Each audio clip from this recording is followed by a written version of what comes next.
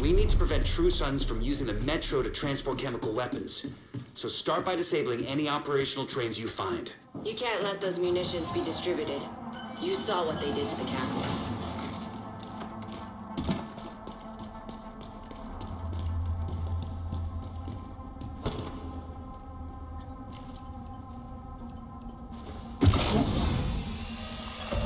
You are now the leader.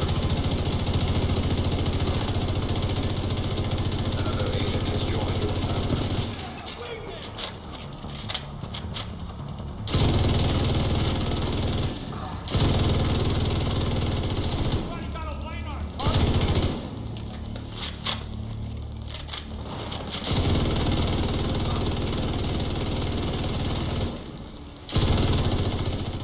Squad at Lincoln's been waiting for this delivery. We've got to get those shells on the train. As your sergeant, I'm ordering you to move those.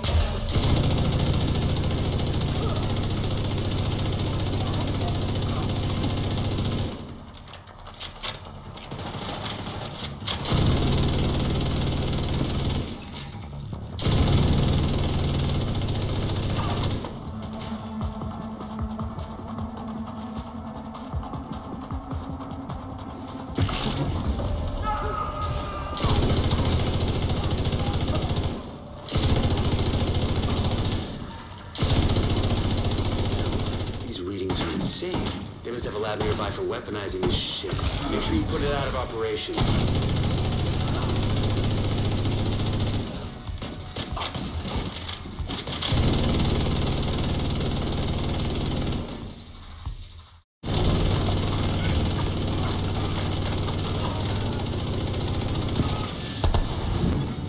An agent needs assistance.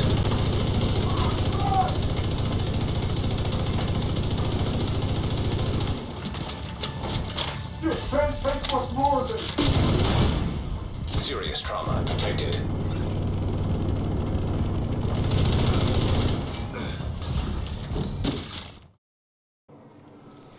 You are watching Random Plays. This is Radio Gamer back on track, loud and clear. Today we'll be having such a nice build, and this is a DPS build. Every now and then the DPS build that I keep seeing around is either a rifle or SMG build. So we will be making something different, an LMG DPS build. And no, we won't be using the Brace talent on this build. So just to get the hang of it, let's get started.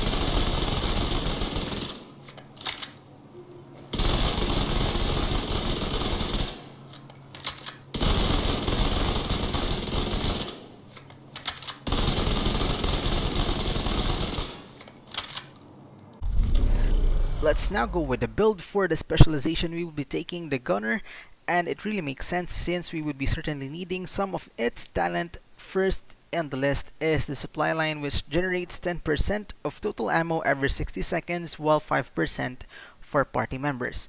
This is totally useful since we will be using LMG and ammo is quite expensive. Next that we have is the large pouch, which can give us more bullets in general. Specifically 50 bullets in our magazine. Next, third on the list is the barrage talent that gives us 5% rate of fire on kill. And of course, lastly, the incessant talent, which gives us 10% armor per kill. Okay, weapons. We'll get back with the primary, so let's go with the secondary first. The main weapon that we will be using is the Sleipnir, and this is an essential part of the build. This is the reason why it is called the Gatling gun build. So we will be having here the talent called Perfect Frenzy. For every 8 bullets in the magazine, gain 3% rate of fire and 3% weapon damage for 5 seconds when reloading from empty. After reloading from empty, this gives us an amazing rate of fire and at the same time, awesome weapon damage.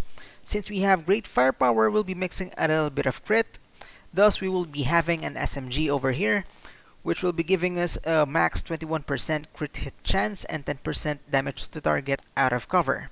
Because it is in our primary weapon, even if we use the sleep near, the 21% crit hit chance and 10% damage to target out of cover would still be achieved.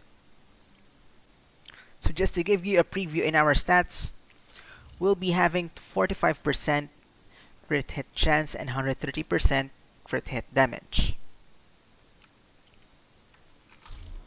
Now, to attain that kind of stability even without the braced chest talent, we made sure that at least 4 of our gear pieces has weapon handling. So in my case, I do have 8% from the mask.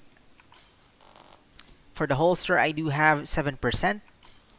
For the gloves, another 7.5%. And for the kneecaps, I do have 8%. So if you'll be making the math, it is 30.5. But since we do have 2 pieces coming from Petrov over here, we will be having additional bonus of 10% weapon handling. So in total, in our stats, we'll be seeing 40.5% weapon handling. But we will be adding another 5%, and this will be coming from the Sleipnir. As you can see over here, we will be having the attachment of reflex sight. So in total, we'll be having 45.5% weapon handling. For the brands, we do have 2 pieces coming from Walker Harris for the mask and for the backpack over here. So 5% weapon damage, 2 pieces will be having 5% damage to armor.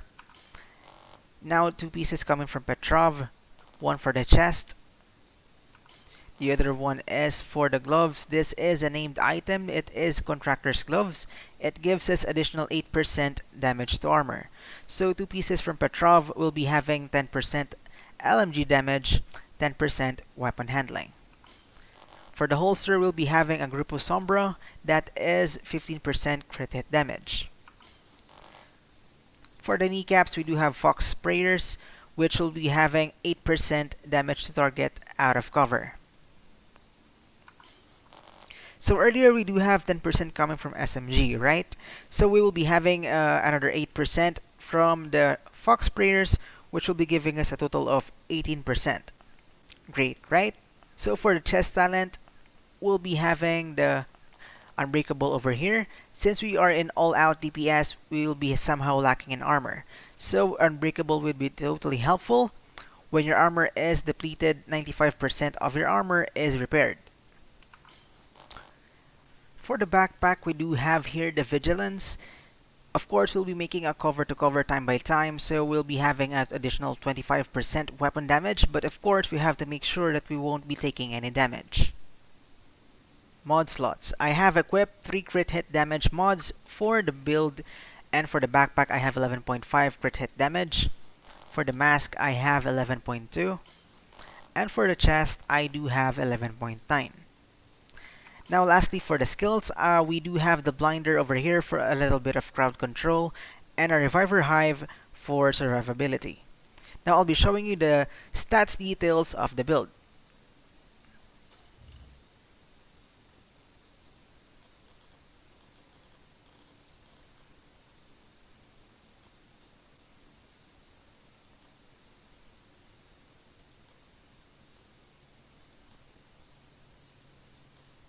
That's it for the video. If you like it, please give a thumbs up. And please do subscribe to my channel. I will really appreciate it for more upcoming Division 2 videos. Once again, you are watching Random Plays. This is Radio Gamer. Over and out.